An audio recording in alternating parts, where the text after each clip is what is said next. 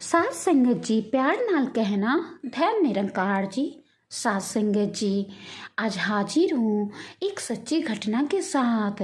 तो आइए समय न गवाते हुए आज की साखी सुनें। सात संगत जी आज की साखी बाबा गुरुबचन सिंह जी के समय की साखी है। एक बार की बात है, एक बार बाबा गुरुबचन सिंह जी के समय विशाल रूप से सत्संग हो रहा था। अचानक मौसम बदला। आयोजक बाबा जी के पास जाकर बोले कि बाबा जी बारिश आने के लक्षण बन रहे हैं, क्या करें। सात संगत जी बाबा जी ने कहा कि घबराने की कोई ज़रूरत नहीं है, बारिश नहीं आएगी। बाबा जी के वचनों से आश्वस्त होकर प्रबंधक महात्मा अपनी अपनी सेवाओं में जुट गए। सात संगत जी सत्संग कार्यक्रम शुरू हो गया। बादल छाए जरूर, लेकिन कोई व्यवधान नहीं पड़ा। प्रबंधक महात्मा भी निश्चिंत थे, लेकिन विचारों से ठीक पहले बादल बरसने लगे, बरसात होने लगी। प्रबंधक महात्मा बहुत ही हैरान थे कि ये क्या हुआ, बाबा जी के वचन अधूरे कैसे रह गए।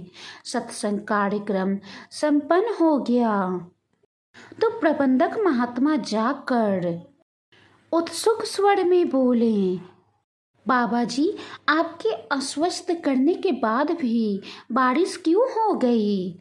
सात संगत जी बाबा जी ने कहा, बारिश होनी ही नहीं थी, लेकिन ये महापुरुष जो छतरी लेकर आए हैं, इनकी वजह से बारिश हो गई।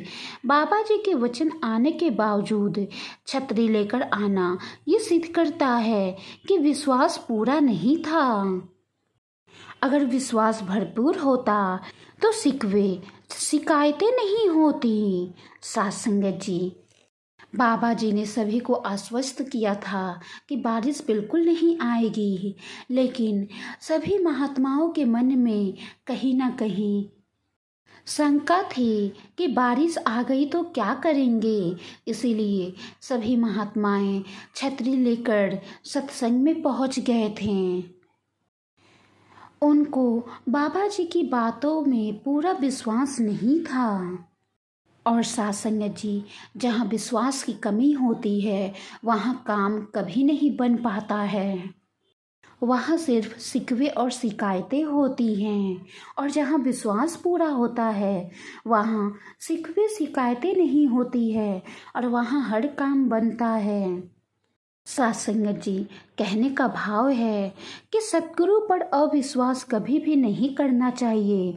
जिस प्रकार जहर का सेवन अगर शक्कर के साथ मिलाकर भी किया जाए तब भी वो वही असर करता है, इसी प्रकार गुरु पर अविश्वास हर हालत में नुकसान पहुंचाता है। हमें मन वचन कर्म से सतगुरु पर पूर्ण विश्वास करना चाहिए। अगर हमें मांगी हुई कोई वस्तु तुरंत प्राप्त नहीं होती तो गिला शिकवा करके विश्वास को डुलायमान नहीं करना चाहिए, बल्कि यही सोचना चाहिए कि इस वस्तु का ना मिलना ही हमारे लिए हितकर होगा, क्योंकि अपने शिष्यों का सतगुरु कभी भी अहित नहीं कर सकता। सात संगत जी बेहतर यही है कि सतगुरु के चरणों में यही अरदास करें कि ये जो मानव जीवन है सेवा सिमरन और सत्संग करते हुए पूर्ण विश्वास के साथ सतगुरु के चरणों में अंत तक निभे। हमारा विश्वास कभी भी डुलायमान ना हो। विश्वासी संतों का अपने सतगुरु पर दृढ़ विश्वास होता है कि सतगुरु की शक्ति से ही संपूर्ण संसार का पालन पोषण हो रहा है। वो सतगुरु को ही परमपिता परमात्मा का साकार रूप समझते हैं।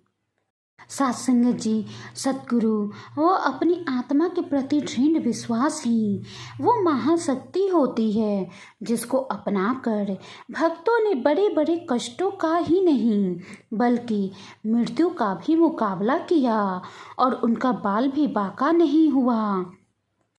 सासंग जी, वो केवल विश्वास ही था जिसके बल पर भक्त प्रहलाद ने तरह तरह के जुल्मों का सामना किया और अंत में जीत उसी की हुई।